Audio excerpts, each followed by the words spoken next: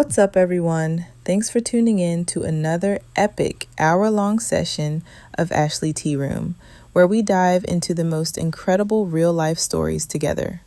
From laugh-out-loud moments to tear-jerkers and everything that'll hit you right in the feels, we're covering it all today. Trust me, these tales are absolutely insane, and I can't wait for you to hear them. We've got a situation involving a mom, her daughter, and a boyfriend that you won't believe. Plus an Uber driver encounter that's completely bonkers. Let's get into it. So, but me and this nigga, we used to get into it all the time. And mind you, at this time, he was paying all the bills. Like, everything was in his name. He had the car in his name. The house was in his name. Baby, I didn't have shit. So it got to a point where I started to feel unsatisfied. So I ended up meeting this new nigga. So I'm like, how am I going to get away with cheating without this nigga being suspicious? So I'm like, you know what? I'm going to start doing Uber. And every time I turn this Uber app on, I'm going to pretend like I'm doing Uber, but I'm going to actually be going to go see this nigga. So mind you, this nigga lived an hour away. So I remember this one day, I'm like, ooh, I'm finna go do Uber. And he was like, before you go, let me go fill up the car real quick. So baby, when I say this man filled this tank up, this man filled this tank up. So I'm leaving and I'm all happy and shit because I'm like, yeah, I'm finna go see my nigga. So that day when I came back, I just remember he was mad. And I couldn't figure out like why he was so mad. So baby, I did this a couple of times. But every time I would say I'm finna go do Uber, he would always go fill the tank up. So I just remember this one day, he was like, yeah, I'm finna go leave. So y'all, I was super excited because I'm like, yeah, I get to talk to this nigga in peace. So I get up and I go to the bathroom. So when I come back, I noticed that he had left. So baby, I hop on the phone with my nigga and I'm like, damn, I can't stand this man. Me and this nigga on the phone laughing, having a good ass time. So I just remember he comes back. So he goes and he grabs all of his shit and leaves. Years later, this man came forward and told me that every time I would leave, he would tell me that he was going to go fill up the tank, but also he said he would put a phone in the car so it could record my conversations. He said not only that, when he would pretend like he was leaving to go to the store, he would slip the phone underneath the bed and record all of my conversations. And that's how he found out I was cheating on him. Okay, so this is part one to me finding out that my mother and my husband slept together. It's a pretty long story, so hopefully it's not too many parts. But so we'll start from the beginning. So one night, he was my boyfriend at the time. He was at work and my mom and I were at home drinking, and she said that we should go out to the bars. And I was like, okay, cool. Like, Dwight can take us. So he got home and asked him if he wanted to go. And he was like, yeah, let's go. So we went to the bar. They got really, really drunk. I got tipsy. And so I ended up being the one driving. So we went to my cousin's house. I hadn't seen her in a while, so I wanted to catch up. When we got there, my mom was already being like overly weird with, we went inside and my aunt was in bed with her boyfriend. And my mom like laid in the bed with them and was just being really weird. So I made her get out of the bed and I told her to go outside to the car. So I sent her outside to the car and me and my cousin were inside. Mind you, my boyfriend at the time, Dwight, was in the backseat of the car, knocked out. So me and my cousin end up coming outside to the car, and my mom comes to me and she's like, hey, can you take me and Dwight home? We're really, really drunk and we just want to go home. We're tired. And it was about like 3 or 4 o'clock in the morning. So I was like, that's understandable. Okay, like I'll go ahead and take y'all home. Me, on the other hand, I want to stay here and catch up with my cousin. I miss her. So we get in the car. I'm in the driver's seat. My cousin is in the passenger seat. And behind her is my, at the time, boyfriend. And behind me is my mom. And as I'm driving, I'm talking to my cousin. But, you know, I'm looking in the rearview mirror. And every time I look in the rearview mirror, I see my mom leaned over, whispering in my husband's ear. Well, boyfriend at the time, ear. And he's just like this, like seeming like he's out of it. And I did wonder what she was whispering, but I didn't think anything about it because she's my mom. So my cousin and I go and we drop them off, and my mom helps him get out of the car, and he can barely walk. So, you know, I'm thinking like he's going to go inside, pass out, you know, nothing serious. My cousin and I drive off, and as we're heading back to her house, my mom calls me, and she's like, "Hey, Danielle, where are you at?" And I was like, "You know where I'm at. I'm going back to Serena's." And she was like, "Oh, okay." We get off the phone. So me and my cousin proceed to get to her place. And once we get to her place, my mom calls me again. And she's like, "Hey, when are you coming back? What are you doing? What are you doing tonight?" And I was like, "I told you what I'm doing. You know what I'm doing. I'll be home soon." And she was like, "Oh," and I was like, "Okay." So we get off the phone again, proceed to talk to my cousin. Then she calls me again and asks me the same thing. So then me and my cousin look at each other like, what the heck? And my mom asked me the same questions. And I told her, "Why do you keep asking me that?" And she was like, "Oh, I'm ready for you to come back. I want to hang out with you. Let's have fun." So I was like, "Okay, I'll be there soon." So then continue talking to my cousin, and I get a text message from my at the time boyfriend. And he texts me and says, "Hey, babe, where you at?" And I said, "Serena's, babe." And once I say that, I'm like, what the heck? And my cousin was like, "I think you should go home. Like, basically see what's up with that. It's weird." So I head back to the house, and as I'm getting close to the house, the Wyatt and I song comes on, which is the song that I happen to use for our wedding. It comes on, and love that song. So I pull up to the house, and the song is just now finishing, and I want to finish the song. So I sit in the car, and I just finish the song off. And every night I look back, and I wish I would not have finished that song. So I get out of the car, I walk in the house, and when I walk in the house, as soon as I open the door, my mom is coming out of my room with her hair all over the place. And she's looking down, and I looked at her and I was like, "Hey, what were you doing in my room?" And she looked at me and said, "Oh," and she looked very startled. She was like, "Oh, I was just asking Dwight if he needed some medicine." So once she says that, I'm just like, "Oh, okay." Because it was something that she would do often. Every time that he would get drunk, she would ask him if he needed any medicine. Never me, but him always. And, I didn't think anything of it. She was just always, "Oh, I love Dwight. I love him. My son-in-law, etc." She was just always on his. So, I go in the room, and once I walk in the room, my at the time boyfriend is laying in bed, and he's facing towards the wall, and he looks like he's passed out. So I sit in bed because I'm about to try to have with him. And then I look to the ground, and I see that my mom's shoes are on the floor next to my bed, and they're like facing towards the door, like as if she was sitting in my bed and took her shoes off. So I looked at him and I said, "What the fuck? What the freak? What's going on?" And he then turns over and was like, "What?" And I said, "Why are my mom's shoes right here?" And he looked at me like he didn't know what to say. So I instantly go to try to smell his. And I'm going to sound stupid in a lot of this story. I'm going to sound so slow. Judge me if you'd like. Honestly, like, I was an entirely different person, and I did not know my worth, and there was just a lot going on in my life at the time. I was just a different person. I didn't understand my value. So I tried to smell it, and he immediately punches me in my face. I know I married him afterwards. Please don't judge me. So he does this, and he repeatedly punches me, and I'm screaming help for my mom. And I end up calling the cops, and my mom comes in the room, and she begs me not to press charges on him. She persuades me not to press charges on him. I was really drunk, and my mom had a huge, she manipulated me for many years. So I did not know. I don't know. I don't really know what I was thinking. So I allowed her to persuade me not to press charges on him or send him to jail. And so he ends up leaving, and the next day he calls me and asks me to come back, and I talked to my mom about it, and she's like, "Well, if you want to, I think you should. Like, he's not really a bad person, etc., etc. Like, he does so much for you and the kids and for us." So yeah, So I did take him back.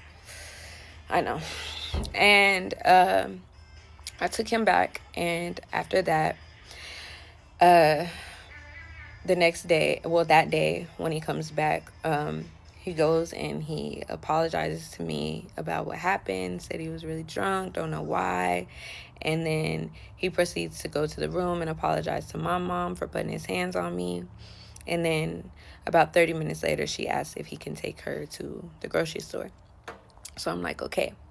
So he takes her to the grocery store. And then when they come back, I do question him. I'm like, so what happened last night? Did something happen? Like, why were my mom's shoes in the room? And he was like, oh, she came in there asking me if I needed medicine. That's it. He was like, she just kept coming in here asking me if I needed medicine. And I was just like, okay, like, I guess, yeah, that makes sense. I know that she does do that. So, yeah, I'm not thinking anything because it's my mother. And we continue about our normal relationship. And no, he had never put his hands on me before that. And I don't know, I guess I was just delusional. So we went back to our normal life. And I will be posting a part 2. Okay, part 2 of me finding out my husband and my mother slept with each other.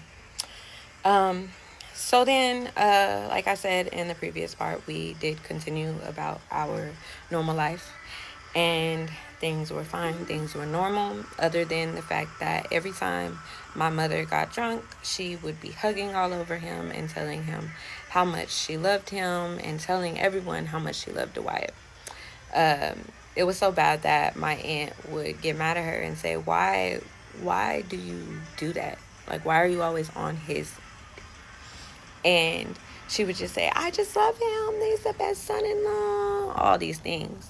And me being so manipulated and delusional, I thought that that's exactly what it was. So then it got to the point to where she would go out and we wouldn't go out with her because I just would tell him I don't want to go out anymore. Like, I just want to stay at home. So I would be asleep and she would come in my room. And one time I pretended to be asleep and she came in my room and asked him to take her. And he was like, I got to ask Danielle.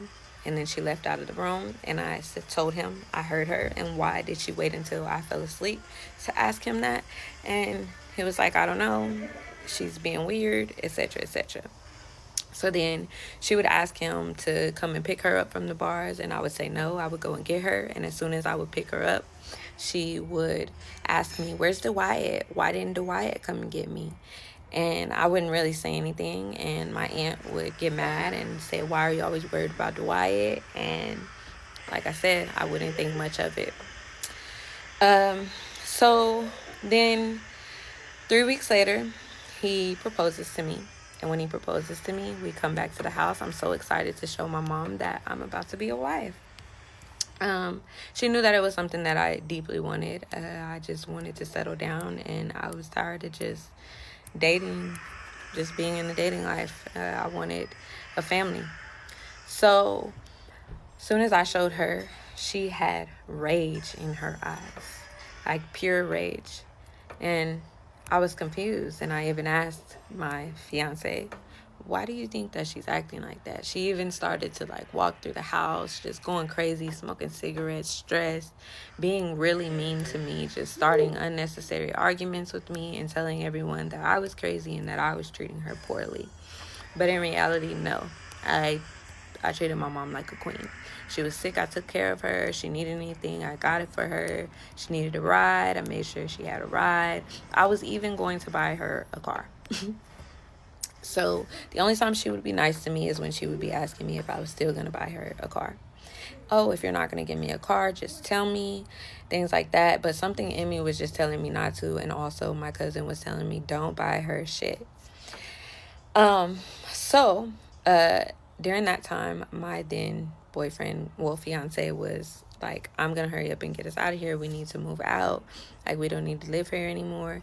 Like, she's making it really uncomfortable for us. And like, you know, it was so bad that I would tell him, like, I don't want you walking around the house with your shirt off. And I would come home from work and he would still be walking around the house with his shirt off, things like that. And So then we move out and we get into our own apartment. And mind you, that was when the first situation happened. It was in January of 2024. And whenever he proposed to me, it was February 14th of 2024. So we move out and in March, and in time goes by, and my mom, she ends up getting on drugs, and I'm just stressing and crying every day to him, like, I don't know what's going on with her, I don't know why this is happening. And he's just acting confused. And anyways, so then fast forward to his birthday, which was August 11th of 2024. We don't really have anything to do for his birthday, so we go to my mom's to go drink with her. And the entire time that we're there, he's acting irritated, and I just really don't know why. And finally, his friend calls and basically says, like, does he want to go out? So he tells me, I'm not going out without you. And I'm just like, okay. So we go back to the house, and I try to get ready, and I'm like, you know what? Like, you just go with your friend. Like, you have fun. Like, it's your birthday. Go turn up. Like, I'll stay home. And he insists. He's like, no, I'm just going to go drop him off, and then I'm going to come back.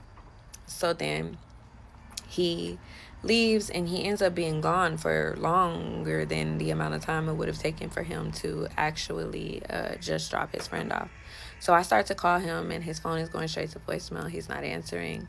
So then he ends up coming home, and I have the door locked. And he climbs through the balcony, and he comes in, and he goes off on me and tells me I'm crazy. Why am I locking him out of the house?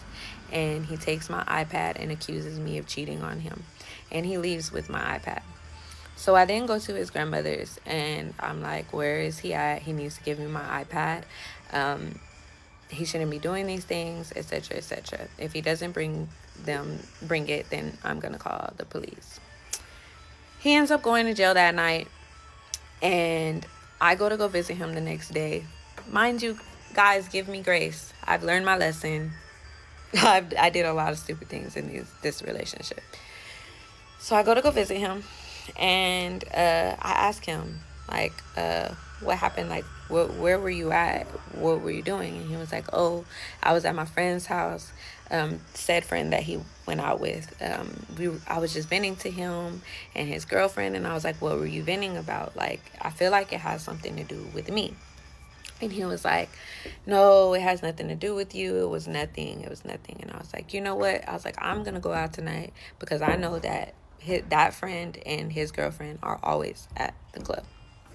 So I was like, I'm going to go, and I'm going to ask her what you were over there talking about. And he was like, no, don't do that. Just begging me not to do it. So I'm like, no, something is telling me, my intuition is telling me that I need to find out. I need to get to the bottom of this. So I get off of the visit, and I go to my mom's, and I'm telling her, and she's like, no, I don't think you should go. I think you're overthinking it. I don't think there's anything. I don't think he would do anything to you. He wouldn't do anything to you. He wouldn't hurt you. Like, I think you're doing too much. I think you're being crazy. And I was like, I'm not stupid. And mind you, the whole time he's calling me and begging me not to go, telling me he's going to leave me if I go to the club. And I'm like, I don't care. I'm going to find out. So then me and this girl, we end up going to the club, and I end up seeing his friend's girlfriend. And I ask her, and she immediately gets aggressive and tells me, don't be coming up asking me about that nigga. I don't have nothing to do with that. And like basically acting as if she wanted to fight. So then I tell her, like, we can do that. Mind you, I was a whole different person, so it sounds funny coming out of my mouth now, but I was just like, we can do that. So I end up getting kicked out of the club, and I go outside, and I'm waiting for her to come out, and the girl that I came with ends up coming out there, and she's like, oh, there she goes. And the girl is in the corner crying. Me, I am a girl's girl. I don't think I really am anymore, but at the time I was a girl's girl. So I see her crying, and I go up to her, and I'm like, hey, this is the friend's girlfriend. I'm like, hey, what's wrong? Like, why are you crying? And she was like, my friends left me, and my boyfriend left me. I'm not going to be using names. My boyfriend left me, and I don't have a ride to my car. And I was like, you know what? Even though you just did all that, I'm going to give you a ride to your car. So she gets in my car, and I'm taking her to her car. And as I'm taking to her car, I'm asking her, like, what happened and the night when my boyfriend went over there. And she's like, oh, well, my fiance. She's like, oh, I can't tell you. I promised them I would never tell anybody. And I was like, I don't see why you're showing loyalty to these niggas. I was like, the last time that me and them went out, your boyfriend was with so many different girls. Why are you showing loyalty to him? Like, what happened? And I'll proceed with the part 3. Part 3 of how I found out my husband and my mother slept with each other. So, like I was saying before, I was like, just tell me. I told his friend's girlfriend, just tell me, like, what was the conversation? And she was like, okay. She was like, you just shouldn't be with him. And I was like, why? And she was like, he's not a good person. And I said, why? And she said, well, he slept with someone really close to you. And I was like, who? And she was like, someone really close to you. And I said, my cousin? And she was like, and mind you, I only said my cousin not because I thought that she would do something like that, but just because she was more our age. And she was like, no, someone closer. My heart immediately dropped because the first thought that came to my mind was the night when I walked in and she was coming out of my room. So I said, my mom? And the girl was like, yes. So mind you, I instantly get mad, not only at my mom and Dwight and the friend, but at the girlfriend, because that is something serious. Why is that not something that you would want to share with another woman? Because, and mind you, I was just going based off of how I would have handled the situation. So it may not have been right for me to get upset with her. Some may believe that it was right. I don't really care. This is how my story went. This is what happened.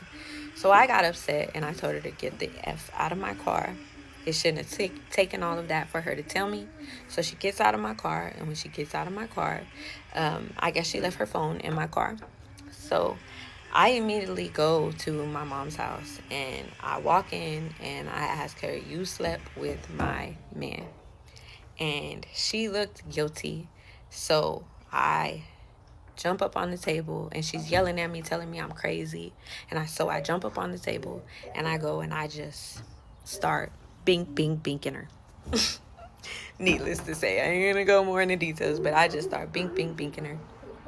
And she proceeds, my cousin, actually, one of my cousins, she ends up trying to call the police on me. And my friend that I was with told her not to do that. I'm not going to incriminate anyone. She tells her not to do that. And I'm proceeding to bing my mom. And one of my cousin's boyfriends ends up pulling me off of her and was like, hey, I don't want you to go to jail. Like, just go ahead and go home. You're drunk. I just figure this out tomorrow. So then we get in the car and we end up driving. I tell my friend to drive me to, because I couldn't drive because I was so drunk. So I tell my friend to drive me to my aunt's house because I wanted to tell her about what I had just heard. So we go to my aunt's house, and as we're there, I'm talking to her and telling her what happened. And my fiance's friend ends up walking up. I guess he tracked the girl's phone that was in my car, his girlfriend's. So he walks up and he's like, man, give her phone. And I was like, it's in my car, go get it. So then, I'm not even worried about them anymore because I'm just like really baffled about the information that I was just told. Hurt, confused. I didn't know what was happening. So she goes and she gets her phone, and after that, his friend, let's call him Isaac. We'll call him Isaac. He ends up telling me, asking me what happened, like what's wrong, what's going on. And as I'm about to tell him, the only words I get out is, Your girlfriend just told me that. And then, bink, I feel somebody punch me in my face and I fall to the ground. The girl we end up fighting. It's his girlfriend who hit me. We end up fighting, and I end up whooping her. It was a really fast fight, but yeah. And so immediately I'm like, I don't have time for this. Like, you just told me this and you think I want to fight you?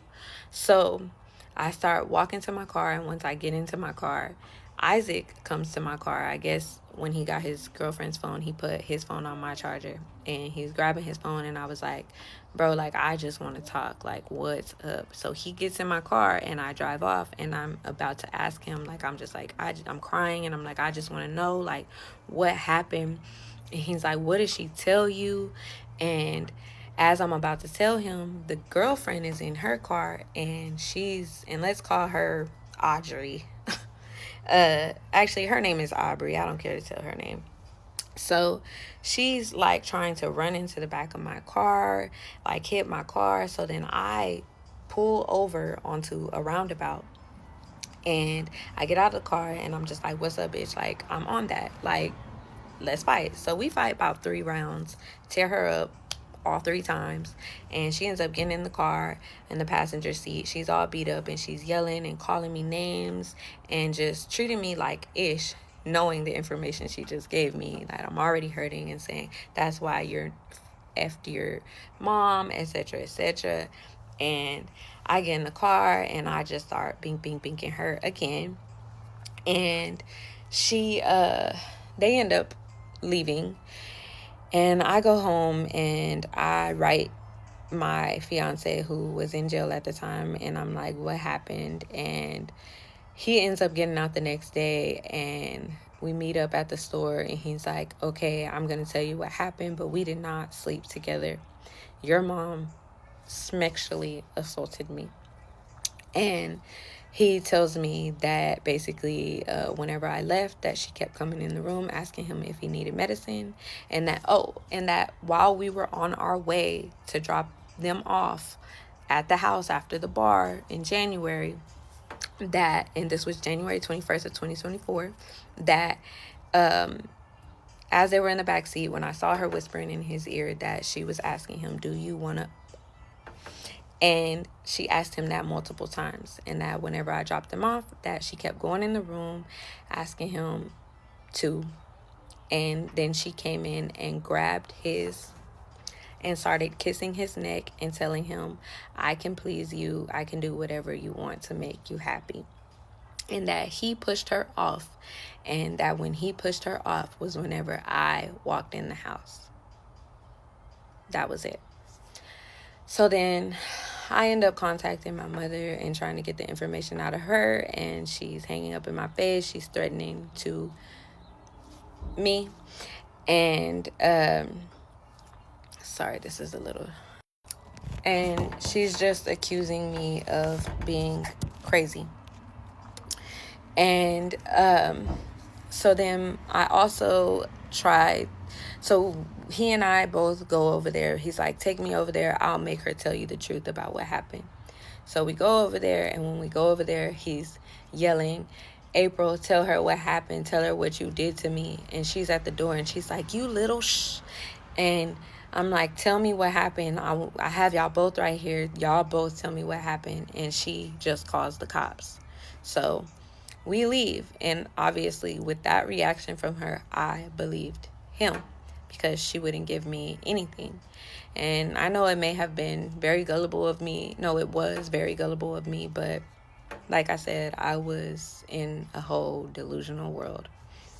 So he and I proceeded our relationship, and I go to my grandmother's, and I'm trying to like talk to her about it, and she's calling me crazy too, basically calling me delusional, saying you're bipolar, like you're wrong, you shouldn't have done that, etc., etc. Everybody's making me feel crazy. So the only person I have to fall back on is this man and his word. So for that next year, he manipulates me and makes me feel like she sexually assaulted him. And this is the only story that I have to rely on. I will be back for the fourth part, I believe. Part 4 of how I found out that my mother and my husband slept together. So, for the next 2 years, the next year, we spend it, and he is like overcompensating for something he did wrong, but I'm not realizing he's spoiling me, he's treating me well. There's literally no issues. He becomes the perfect man. Literally, like, he had everyone thinking that he was such a good man. And I end up starting to build a life with Christ. And I start going to church, and we start getting involved with people who are really involved with the church and really close with a preacher. And life just seems great, peaceful. I thought that I rid myself of my toxic family and that I was in a better situation because he was making me happy and he was doing everything that a good man should do, right? So I end up, all for that year, I'm depressed. I'm in bed. I'm crying about my mother. And he basically tells me, like, you don't have to work. Like, you stay home, and I don't care how long it takes. Just heal. So I do that. And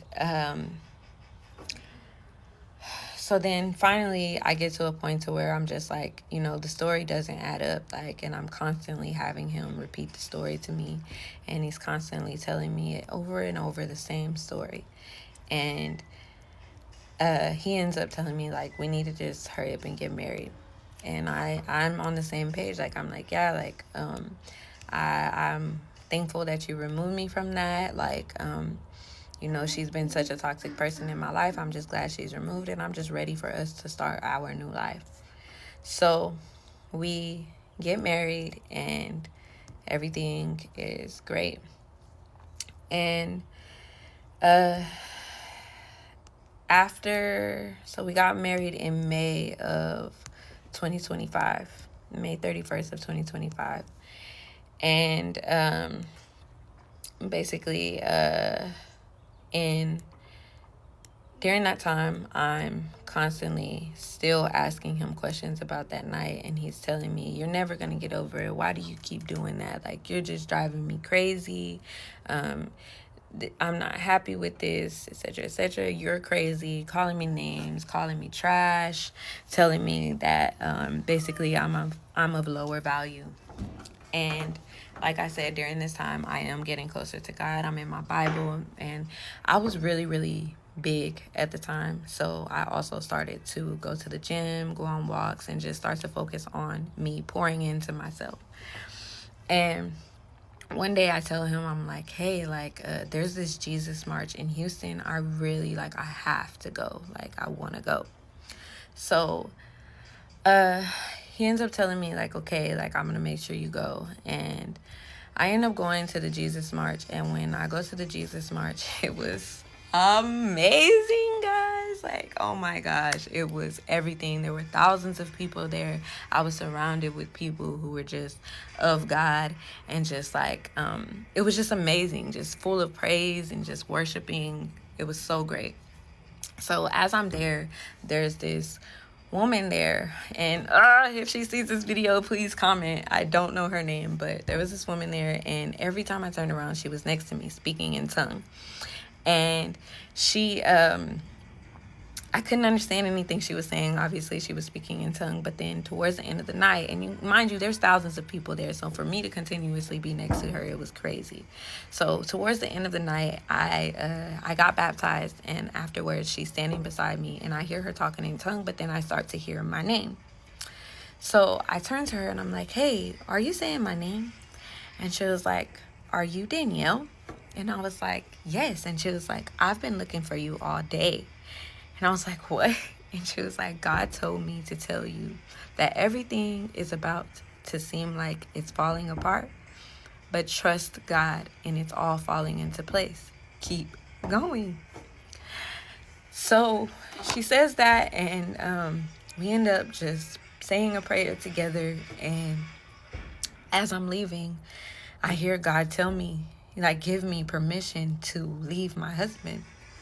And my husband knew that I felt strongly on like not leaving a marriage, like especially like just because like of just having marital problems. Like I didn't believe in that. So I ended up calling him and I'm like, hey, like God just told me that like we're not gonna be together forever. Like, and he just starts going crazy, calling me names, telling me I had to have went out there for something else, and who am I talking to? Who's in my head? And I'm just like, I'm talking to God. That's it. So after this, he ends up like every day accusing me of cheating, leaving, starting to treat me poorly, calling me names. And every time he's doing this, like I'm locking him out of the house because like, boy, please, like you're not going to be bringing this environment around me and my kids because of what? So one morning I'm like talking to him about how he's making me feel and how he's making me feel less than, and I'm his wife, like he should be treating me better. And he ends up going outside, and I told him like you need to have somebody pick you up and take you to work because like I just can't be around you right now. So he ends up calling someone, and it, mind you, it ended up being his boss, who we also leased from, who was also our pastor, who also married us. And he basically tells him that like I'm going crazy, that I've been treating him poorly since the day that we got married. I just changed so much on him. So he was advised to leave me, knowing that I was a stay-at-home wife, and he was our sole provider. So he leaves, and then 3 days later, I end up, and mind you, I'm in a delusion, so I'm begging him to come back. Like, I need you. I don't have anyone else. Like, why are you doing this to us? Like, if we're going to separate, can we do this the right way? Like, let me at least get a job and get back to a better place before we do this. So he's like, no, like we're gonna work it out, etc., etc. So he comes back and he's still treating me poorly, and he ends up losing his job because they end up catching him stealing. And mind you, they caught him stealing the day that I went to Houston. He put gas into a black SUV, so they assumed it was mine because I had a black Jeep. But I was like, no, I was in Houston. There's no way he was putting gas in my car. But whatever, I don't really care if he was cheating on me. I don't care. So, after that, what happens? We end up having to move into another place, and it's out of town from where we live. And we get a house, and we're there, and he just is still treating me poorly. And I'm just, like asking him, like, what is the problem? Like, what happened to my husband? Why have you changed so much? I'm still in delusion, and I'm thinking that he's changing into a different person, but really he was just showing his true colors. So I'm taking him to his new job.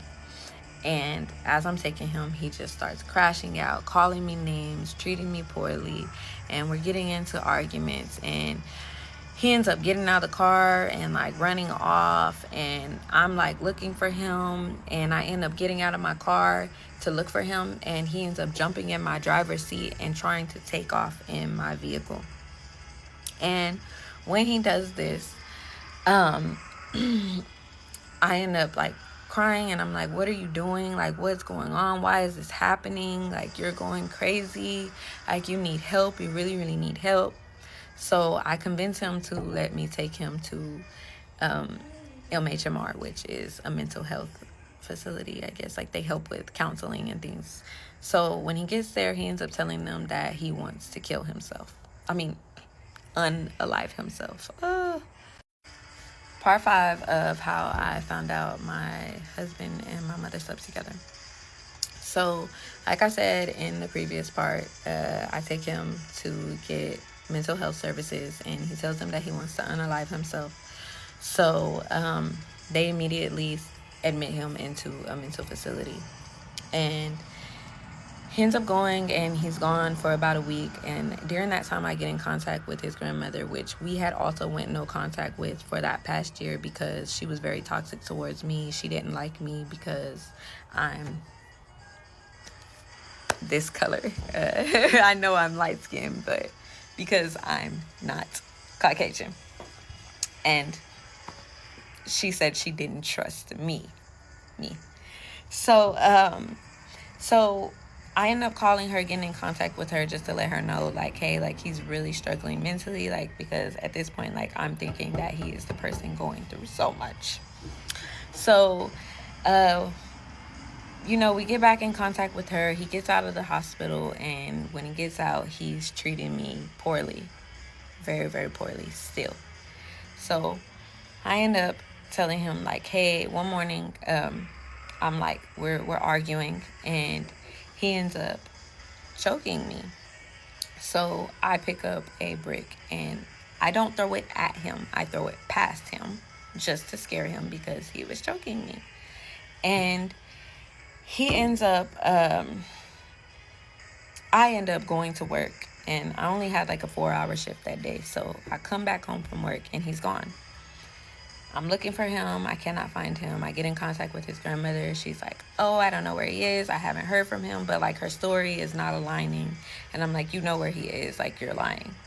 So she ends up telling me, oh, he actually did admit himself into a mental facility. And he told me to tell you that he just needs time. So I'm like, okay. So then a week passes, and I hear nothing from him. No phone call, no nothing. And I'm just confused. So I start going to her house, and I'm knocking, and I'm asking her, like, to tell me, like, what's going on. And she's like, I don't have to communicate anything with you. And I'm like, he's literally my husband. Like, I should know what's going on. And she's like, no, I'm not going to tell you. I don't have to tell you anything. And like, she ends up calling the cops on me, and it's not like I'm going there acting crazy. I have video recordings of those days as well. I have proof of everything. So she calls the cops and basically accuses me of being crazy. And I'm telling her, like, look, like, we're about to lose our house. He is the only help that we have. Like, I need to know. I need him to at least call me to try to help me figure this out. And she's like, why does he need to help you? And I'm like, because that's my husband. And anyways, so he ends up being in the mental facility for 3 weeks.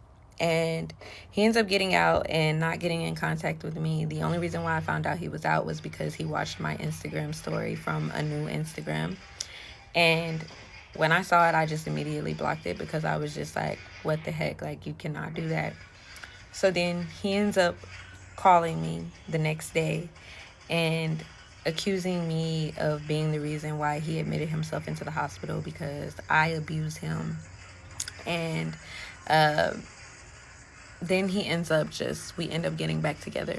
And when we get back together, I ask him, what were you doing there? Like, why were you not calling me? And he admits to me that he had gotten in a relationship with a girl there while he was there. And he gives me the password to his Instagram, and I see all of the messages, and he's calling her mama, telling her he can't wait to bitch out of her. And they're on FaceTime. She's sending him nudes. And this is all the day that he got out of the mental facility. And mind you, he didn't contact me until the day after. So I end up responding to the girl, trying to ask her, like, what happened. And she's telling me that I'm crazy and that I'm just scared that he's going to get a mind of his own and leave me and my kids one day. And basically, like, that I treat his family like shit. And basically everything that he did to me, he went in there telling her that I was doing to him. And so, like a dummy, I stay with him. And we end up getting a place. And mind you, whenever he gets the place, the apartment for us. And when he gets the apartment, I end up finding out that how he got the apartment was he stole his grandmother's ring and he pawned it. So the way I find that out is because the grandmother contacts him about it, and basically she's accusing me of being the reason why he did that. And I'm just like, He's a grown man. Like, he did that on his own. So he ends up leaving back to the mental facility again. And based off of me questioning him about the situation with the girl in the mental facility. And right before he leaves, he tells me, see, you're never going to get over this stuff with your mom. And I was like, what? I don't even bring that stuff up anymore. What are you talking about? So as he's in the mental facility again, I'm still praying for him. I'm praying for him every single day. And my mom ends up writing me out of nowhere. This is December the 4th. She ends up writing me out of nowhere with this long apology. And I'm just like, what are you apologizing for? And she's like, for everything I've put you through in life. So I end up telling her to call me. And she was like, okay, give me some time. So I'm journaling and I'm writing a prayer out for my husband, just begging God, like, I know that they say, like, if something isn't for you, like, to let it go. But I do believe that my husband can come back to you, Lord. Like, bring him back to you, Lord. Bring my husband back to me. I want the person that I fell in love with. And as I'm writing this out in my journal, my mother ends up calling me. And that's where the confession comes in. She tells me what happened. And he ends up contacting me and telling me that he's stuck in Temple because when he admitted himself into the mental facility, he told them that we were divorced and that he was homeless and had nowhere to go. So they immediately sent him to a shelter in Temple after he was released from the hospital. So no one is answering his calls. No one's trying to help him come back. So I'm the only one answering, and I end up telling him, like, I'm not going to help you. I know everything. You need to tell me what happened. Tell me the truth. And he's like, what? And he starts mentioning different girls. And I'm like, dang, how many times did you cheat on me? Because no, that's not what I'm talking about. You need to think deeper. And so he's like, hold on. Is this about your mom? And I was like, yeah. And he said, wait, babe, I'm your husband. You believe other people over me? You think that I would do that? And I told him, the sitch is over with. I know what happened. I know everything. You need to tell me the truth now. So then that's where his confession comes in. And I end up telling him, look, I'm going to help you get down here. You and I are going to coincide, and we're both going to separate. I cannot do this anymore. I cannot continue this relationship. Had I known this from the beginning, I would have never married you. Part 6 of how I found out my husband and my mother slept with each other. So, like I said, I told him, like, I would have never married you. But you know what? Like, I am still a good person at heart. I'm going to help you get down here. And we're going to separate from that point. So he agrees and says, you know what, like, that's the least I can do. I respect you. I'm so sorry that I put you through this. We don't have to sleep in the same beds together. Like, I'm going to respect you and your kids. So he comes back. And when he comes back, he tries to sleep with me. And I tell him, no, I just can't do it. It sickens me that I have been sleeping with you this entire time after you've already been inside of my mother. And you think that I'm going to sleep with you after knowing that it happened? He gets mad and he starts to tell me that I'm equal to my mother, that I'm trash just like my mom. Basically just like that I'm trash. And so I lock myself inside the restroom, and the entire time he's outside of the restroom calling me childish, telling me I need to be an adult and talk to him because he's my husband. And I'm not saying anything. I'm just quiet and I'm just praying to God. And he ends up telling me I'm about to burn this bee down and begins to try to set the door on. And so I immediately start to beg him and ask him to please stop, please stop. And he eventually stops. And then after that, mind you, this is Christmas Eve. So Christmas morning, I wake up at 6 o'clock in the morning. I go downstairs and I ask him, can you please leave? It's Christmas.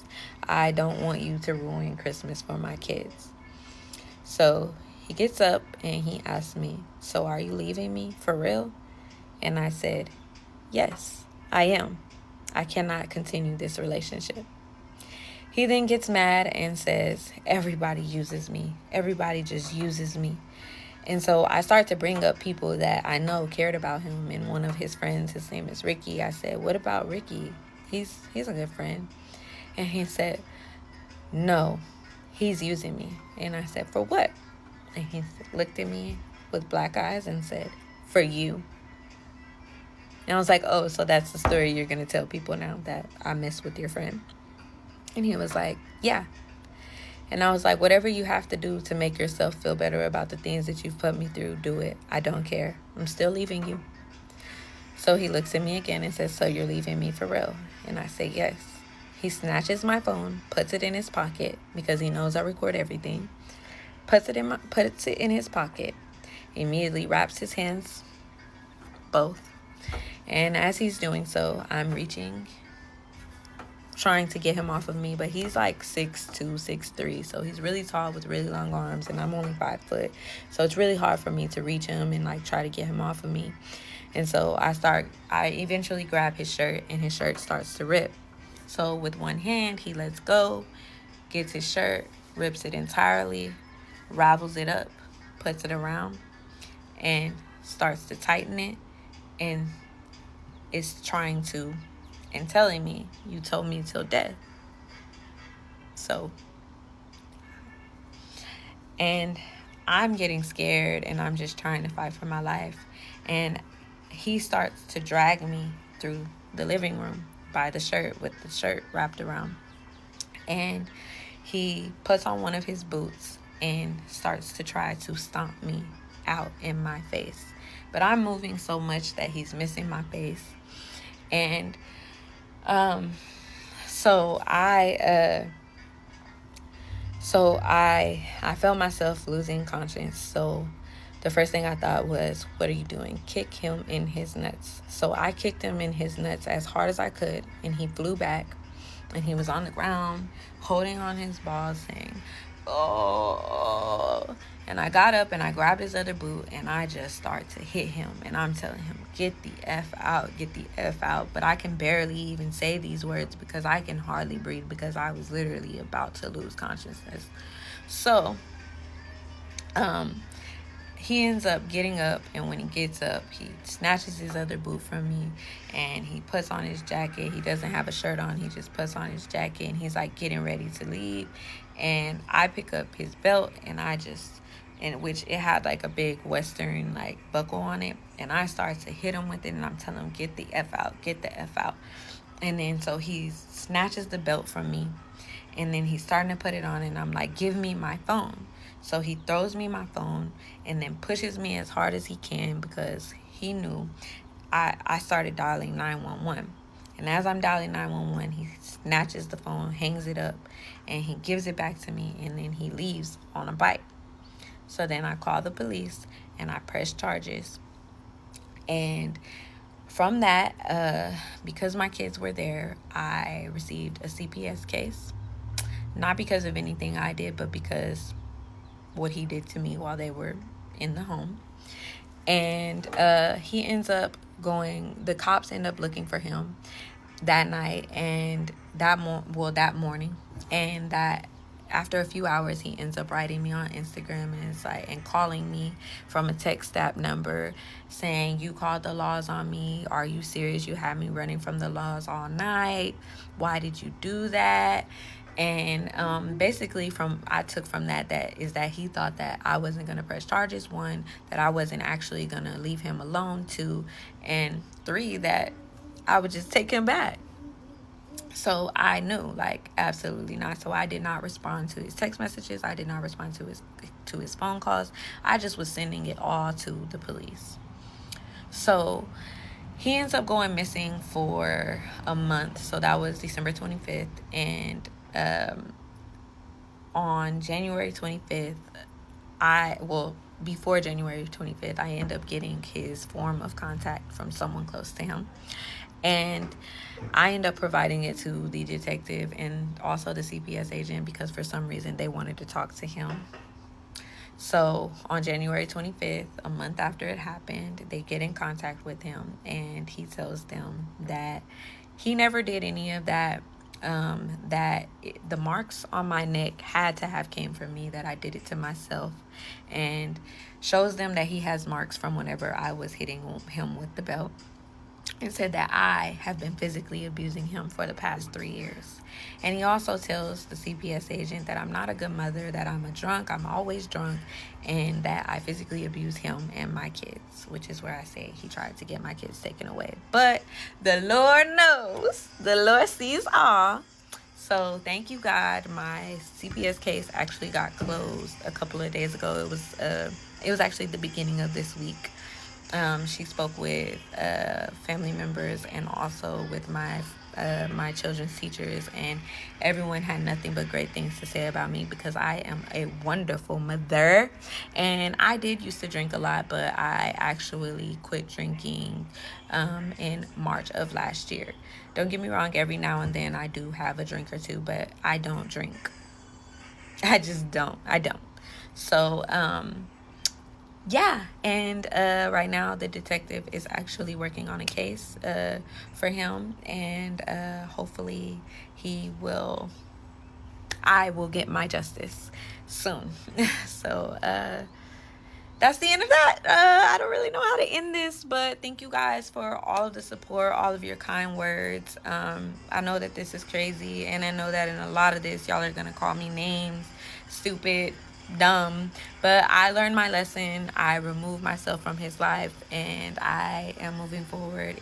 This is going to be the second month of me being free from him, and trust me when I say it is never something that I am willing to go back to.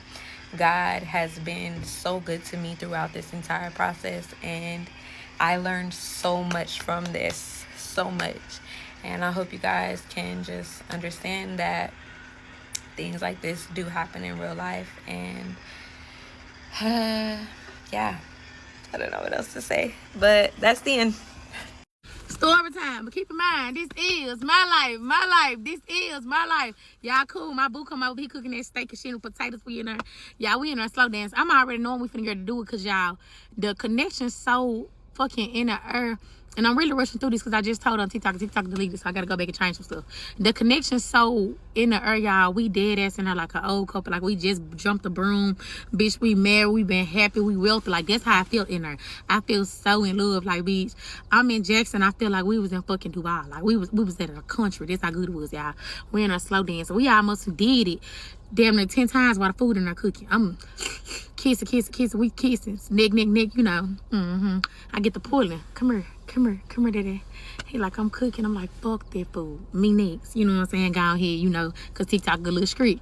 Y'all, we eat the steak and shit. That shit so fire, but I ain't eat all my steak because I'm knowing I got other shit to eat. And that's going to get ate regardless. Okay, cool. We get done with our food. I don't know how we start kissing. That man start kissing me from the top of my head to the bottom of my wet. Got in between and did wet. You know how you pick up a baby and pull the baby up something, clean the back of the baby boot? That man picked me up and ate my... Okay, boom. Then he go. We going slow. Oh, he like, this shit so weird. I'm like, this shows, you know what to do in it. He like, you sure? I'm finna do it. He gone here, did it. Y'all know what I mean. All right, cool. We do it some more. I'm like, ooh. Then he tell me turn around. Oh, y'all already know them stir got me a look. I'm in the back. Doing the back. He doing me, I'm doing him. I'm doing the back. You know what I'm saying? Because when life fuck you, you fuck it back. Okay, I'm a good fucker. So boom, y'all, he turned me around. We lay on back down after that. Get what I do? Look, ma, no hands and no dollars. I don't dance and I'm with Roscoe. I'm with Walker. I get But that's all I'm saying because TikTok just deleted it. If it deleted it again, I'm not telling them more. But keep in mind, this is my life. Talking about how I got jumped by this girl and her mama. So basically, I was at the back of the bus or whatever, and I decided that I wanted to move to the front of the bus. I was one of those kids that would walk on the bus while the bus was moving. I never cared. So I went towards the front of the bus or whatever. So my homegirl, Kasha, she was like, "Girl, that girl made a stank face when he was walking by." I said, who? Mind you, I was a little bit throwed. I ain't gonna lie, I was a little off in the head. So Akasha was like, her. I was like, did you make a stank face when I walked by her? Like, I'm just genuinely asking her a question by this time. She's like, yeah, just start popping it.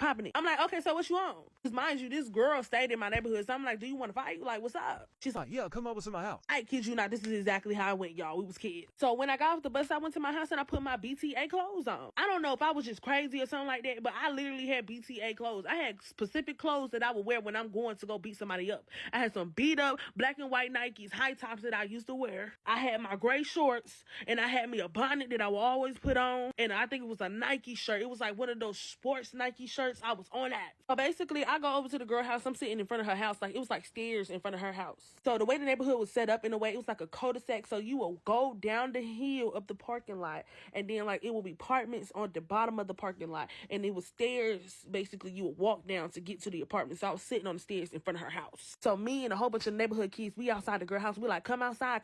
We ain't gonna jump you. So her brother come outside. They're like, get off my porch.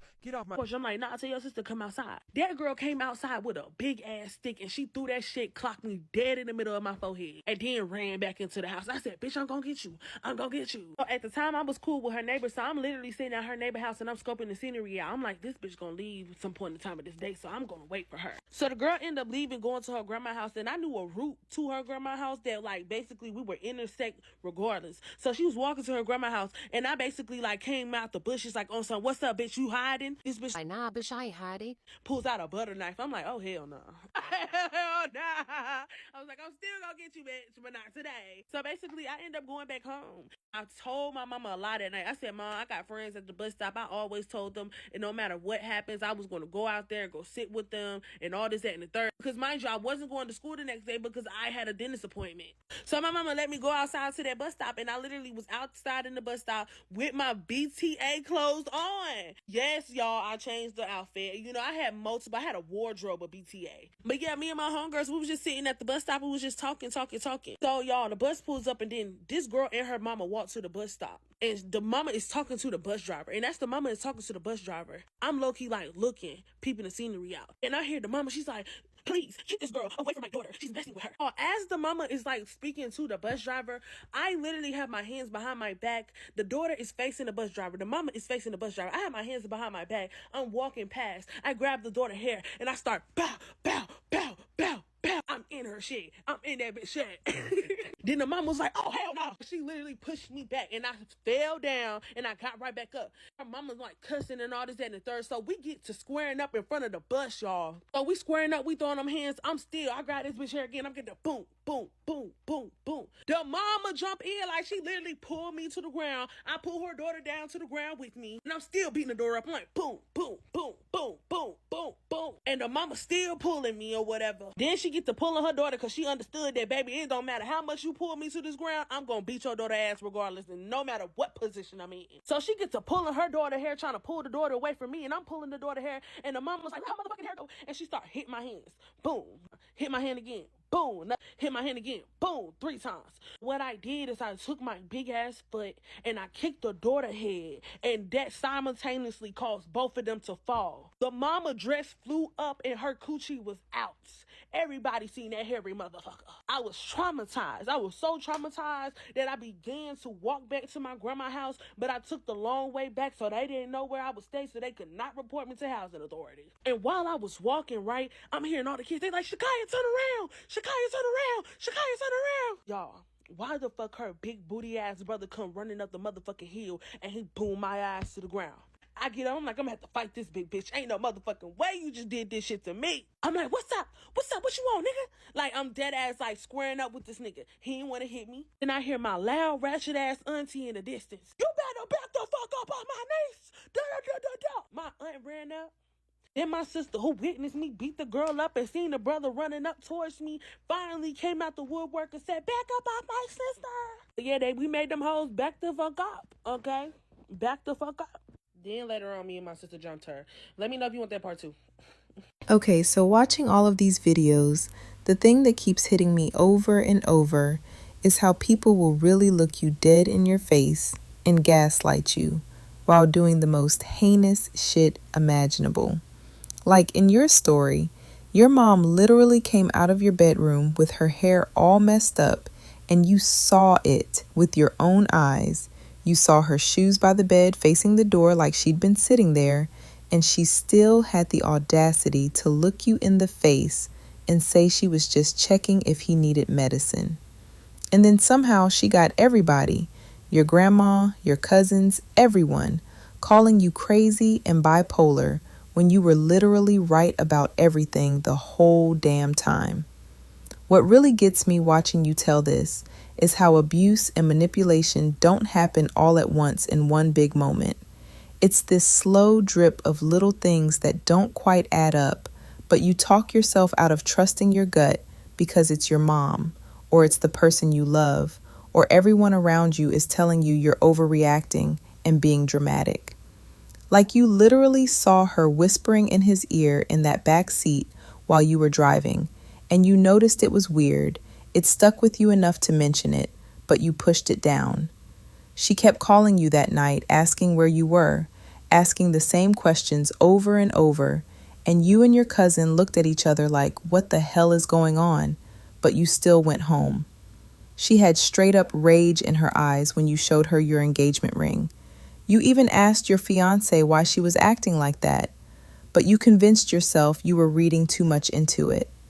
Your instincts were literally screaming at you from day one, but when it's the people closest to you, especially your own mother, how are you supposed to trust that? And the way the violence escalated is textbook abuse. First time he hit you, and he punched you in the face repeatedly while you were screaming for help, your mom begged you not to press charges on him. Like, what kind of mother does that? A mother who has her own reasons to keep him around and close. That's who. Then she's the one encouraging you to take him back, saying he's not a bad person. He does so much for you and the kids. Looking back now, it's so obvious why she wanted him to stay.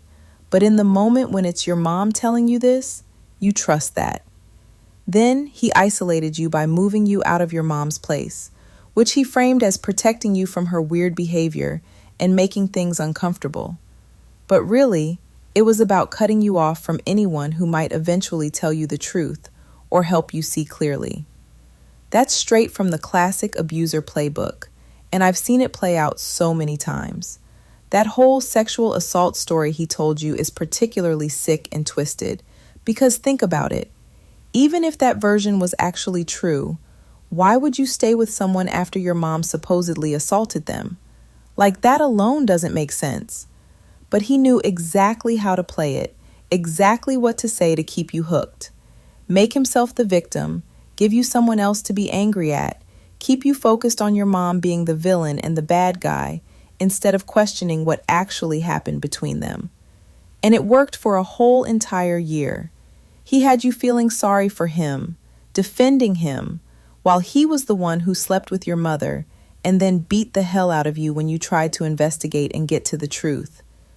That waitress's story connects to your situation so hard because it shows you exactly how predators really operate in real life. They don't come at you aggressive and obvious. They come at you soft, sympathetic, when you're at your most vulnerable and your defenses are down. That woman saw a 19-year-old girl who just got cursed out and humiliated and was clearly crying with red, puffy eyes. And instead of genuine sympathy like a normal person would have, she saw an opportunity to exploit. Started rubbing her back, being all sweet and apologetic, getting her to let her guard down. Then bam! Both of them surrounding her, touching her hands and her back, trying to get her to leave with them to God knows where. And the waitress is absolutely right that it's always the woman doing the initial approach, because women seem safe. They disarm your defenses automatically. Just like your mom seems safe because she's literally your mom, the person who's supposed to protect you above everyone else. Your mom asking him to take her to the grocery store right after he just got done apologizing for putting his hands on you? That's bold as hell. That's audacious. She literally couldn't wait, couldn't even pretend to have some decorum about it. And you still didn't fully clock it because, again, it's your mom. Who thinks their own mother would do something like that? Who's out here suspicious that their mom is trying to sleep with their man? The manipulation goes so incredibly deep because she knew you trusted her implicitly, that you would never in a million years suspect her, and she used that trust as a weapon against you. And everybody turning on you when you finally figured it out and confronted people, your grandma calling you bipolar, people saying you're being crazy and delusional, your mom calling the cops on you instead of just telling you the truth and owning what she did. That's coordinated gaslighting on a massive scale. They all had a vested interest in you not knowing the truth, so they all worked together, whether consciously or not, to make you feel absolutely insane for seeing what was right in front of your face the whole time. That fight story with the girl and her mama at the bus stop is kind of different energy, but it still shows how some people just have that aggressive energy from jump and won't let shit go. The whole BTA clothes thing is honestly funny as hell, like you had a whole designated outfit for fighting.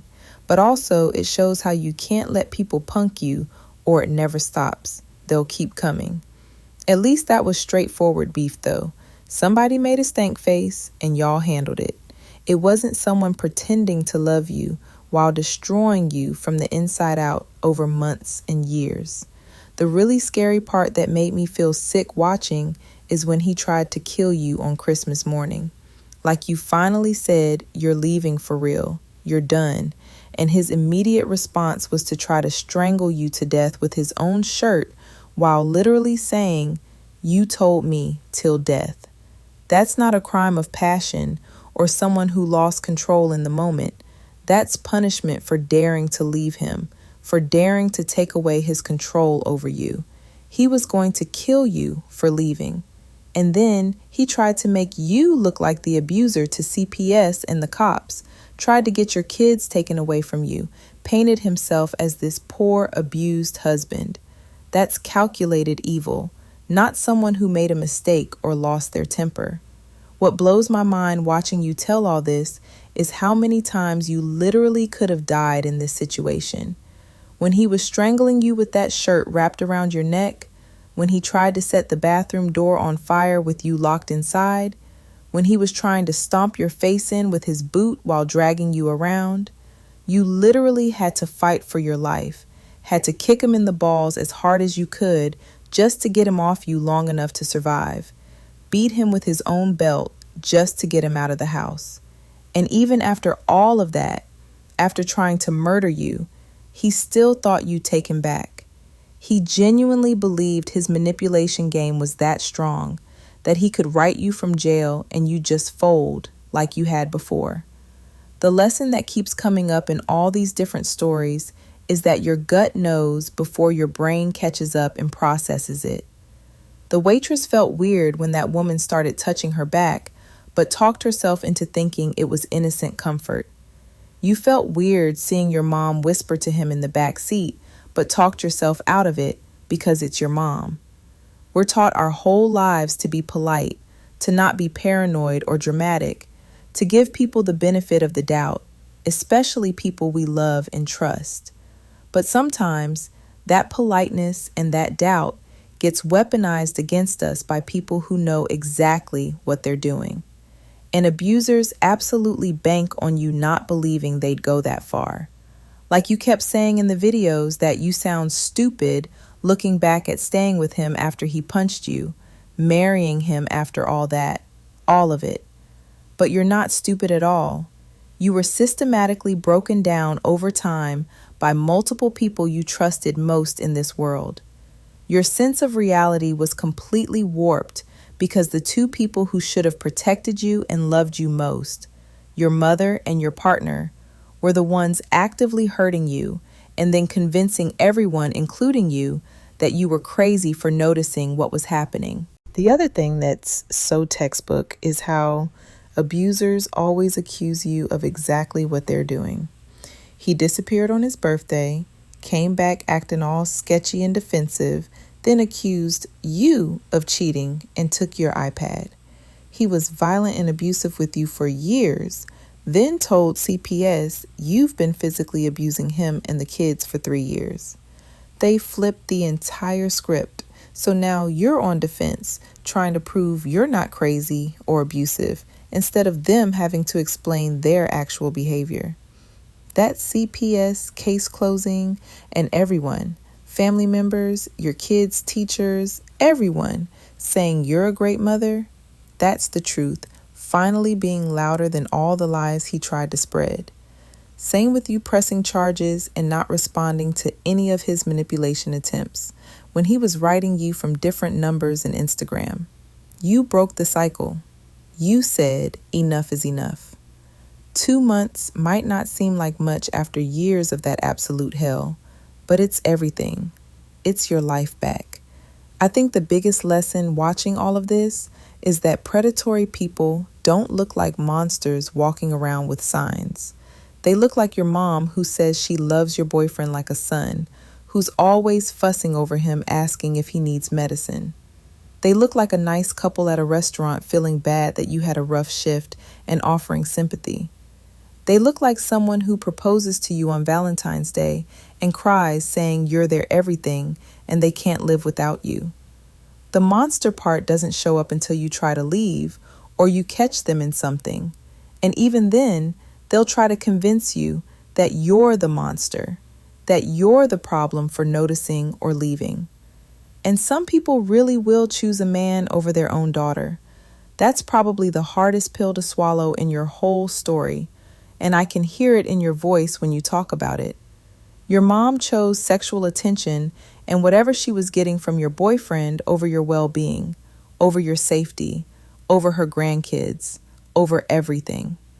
Then she spent years making you feel crazy about it, getting high to avoid dealing with it, letting everyone think you were the problem. That's a betrayal that cuts different than anything else because it's supposed to be unconditional love and protection, and instead, it was the opposite. But you survived all of it. You fought back both literally and figuratively. You didn't let him kill you when he was choking you out. You didn't let him take your kids with his lies to CPS. You didn't fall for the manipulation again when he tried the same old tricks. That's the real story here. Not how you got trapped in this nightmare, but how you fought your way out and got free. And yeah, you made what you call mistakes along the way, but that's what happens when you're being actively abused and gaslighted by multiple people at once. You weren't stupid or slow like you kept saying. You were being systematically destroyed by people you loved, and you still came out the other side alive. Sharing all this, even knowing people are going to judge you and call you names in the comments, that takes real strength. Because you're absolutely right that this shit happens to real people in real life every single day.